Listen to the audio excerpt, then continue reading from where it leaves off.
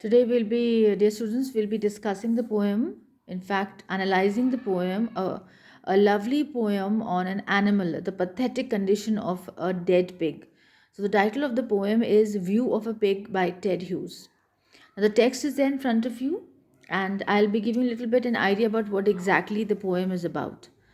Now, you already know that animal poems and animal imageries we have read a lot in various poems by various poets. The poem, in fact, the title itself indicates that Ted Hughes was an environmentalist in a way that he cared about the natural environment and its concern about how human beings have destroyed the environment. So, in another way, we can say that it's also a biographical poem which is based on experiences of the life of a poet. Now, about the finality of death, once it occurs that every remnant of who they once were is gone. So, Hughes here depicts the pig as a merely a weight, comparing it to a sack of wheat. Now, it's a dead pig, of course, and there's nothing to view about a pig.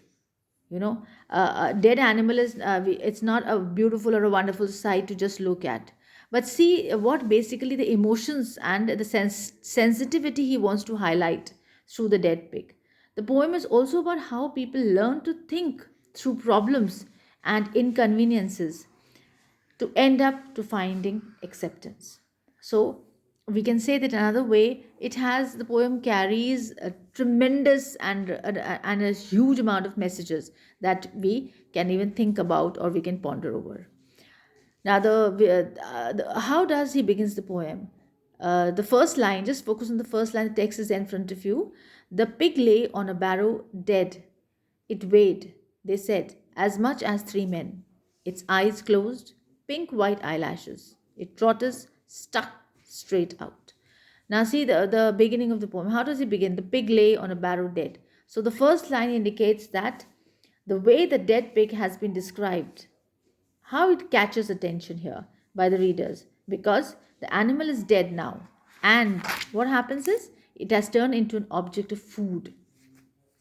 It's a huge body it has got. It's full of weight. They said as much as three men. So the comparison of the weight of the pig is compared to the weight of three men. And the eyes are closed, of course, because the pig is dead. And the pink white eyelashes of the pig also has been described. It trotters stuck straight out. Now trotters are the foot of a pig which is being used for food. So he says they are struck straight out. Now, in spite of the fact we can say that it has got a great physical greatness, the pig has. It is massive and powerful, as it is weighing more than three men, and at present it is just an aftermath of man's cruelty and selfishness. So, the closed eyelashes here we can say indicate the way the trotters are held up straight, adding to the pitiful state of the pig that it is in. Now let's come to the next stanza. Such weight and thick pink bulk, set in death, seemed not just dead. It was less than lifeless, further off. It was like a sack of wheat. Now see, he's not only talking about the weight, he's also talking about the comparison that he's making of the pig with a sack of wheat. He's saying that the weight, it's thick, pink bulk, it's bulky. Set in death, of course, the environment is pathetic, full of agony.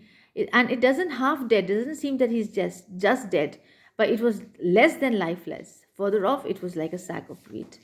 Now, the further description here about the pig is that he's not just dead, it's the affirmation that it was just less than lifeless. It bring out, and these lines, of course, bring out the tragedy of being deteriorated into a mere object of helplessness.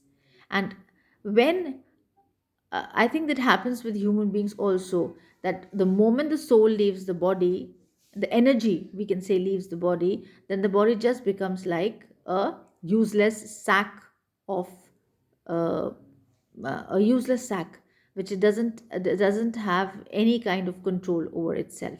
So this is the same case as something which is common between human beings and animals, because whatever is being energy, basically every body carries a kind of energy, or we can call it a soul also, and that is the driver of the entire body. And now the driver is gone, so the vehicle is lying dead, useless.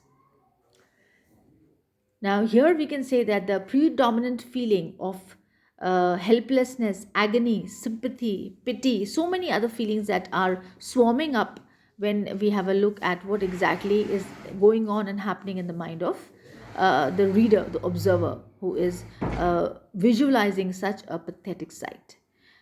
We'll continue with the poem in the next class. Thank you.